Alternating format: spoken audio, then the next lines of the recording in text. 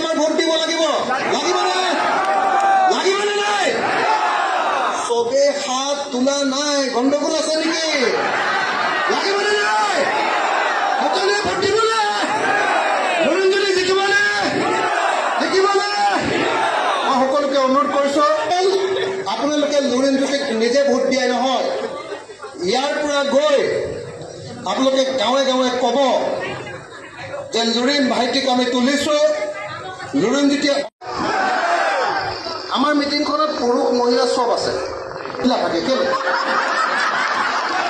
কেলে আমাৰ ইয়াততো পুৰুষ মহিলা চব আছে হিমন্ত বিশ্ব শৰ্মাৰ মিটিংখনত আপুনি যাবচোন বিজেপিৰ মিটিংখনত আপুনি যাবচোন চব মহিলা কেলে বাৰু কওক কেলে তেওঁলোকে এখন কাগজ ছপা কৰি উলিয়াইছে দুটা কাম কৰিছে তেওঁলোকে এক নম্বৰ আপোনালোকৰ চবৰ মোবাইলে তেওঁলোকে কাৰণে অলপ বেয়াও পায় চিধা চিধিকে কওঁ কাৰণে কিন্তু প্ৰথম চিধা চিধি কথাটো হ'ল সৰ্বানন্দ সোণোৱাল জিকিলেও হাৰিলেও ডিব্ৰুগড়ৰ একো লাভ লোকচান নাই হয়নে নহয় কওক কিমানবাৰ যে মানুহজন জিকি আছে কিন্তু ডিব্ৰুগড়ত অসমীয়া ভাষাত যে কয় একোডাল ফালিব পৰা নাই একোৱে ফালিব পৰা নাই হয়নে নহয় বাৰু কওকচোন আপোনালোকে হয়নে নহয় কওক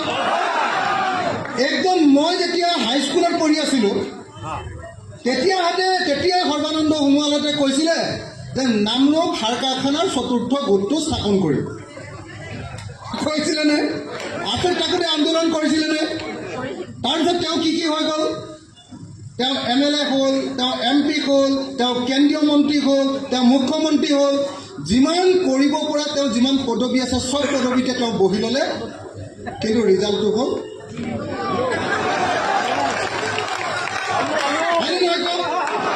এতিয়ালৈকে নামৰূপৰ চতুৰ্থ গোটটো সাৰ কাৰখানাৰ চতুৰ্থ গোটটো হ'ল নেকি নাই হোৱা এই যে কৈ থাকে কিন্তু কৰিব নোৱাৰে এইটো অসমীয়াত অকমান্য বুলি কয় হয়নে আৰু তাতকৈ বেছি বেয়াকৈ ক'লে অলকদ্ধ বুলি কয় হয়নে নহয়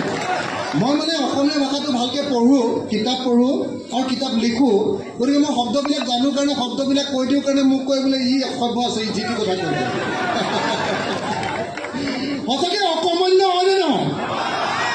কওক মই মানে ইমান ডাঙৰ লিডাৰ নহয় বৰ বেছি দূৰৰ পৰা ক'বলৈ বেয়া পাওঁ দেই একদম গোটেই জীৱনটোত কৈ আছে যে নামৰূপৰ সাৰ কাৰখানাৰ চতুৰ্থ গোটটো আমি স্থাপন কৰিম কৈ থাকি এতিয়ালৈকে তেওঁ ক'বলৈ গ'লে অসমীয়া ভাষাত ক'লে দাঢ়ি চুলি পকি গ'ল মুখ্যমন্ত্ৰী হ'ল কেন্দ্ৰীয় মন্ত্ৰীও দুবাৰ হ'ল নহয় জানো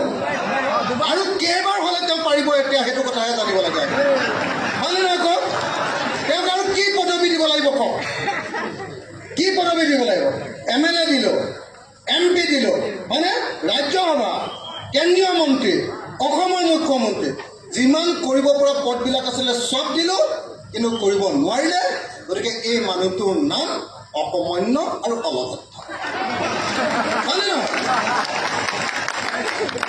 এজন অকমান্য আৰু অলকদ্ধ মানুহক সদায় ভোট দি থাকিম নে ভাই হয়নে নহয় কওক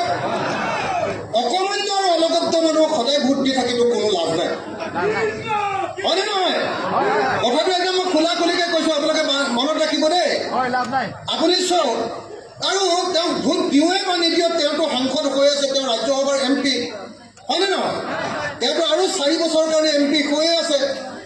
যদি কাইলৈ বিজেপি চৰকাৰ হয় তেওঁতো আকৌ আমাৰ ইয়াত নিজিকিলেও আকৌতো তেওঁ মন্ত্ৰী হ'বই তেওঁৰ কাৰণে MP হৈ আছে হয়নে নহয়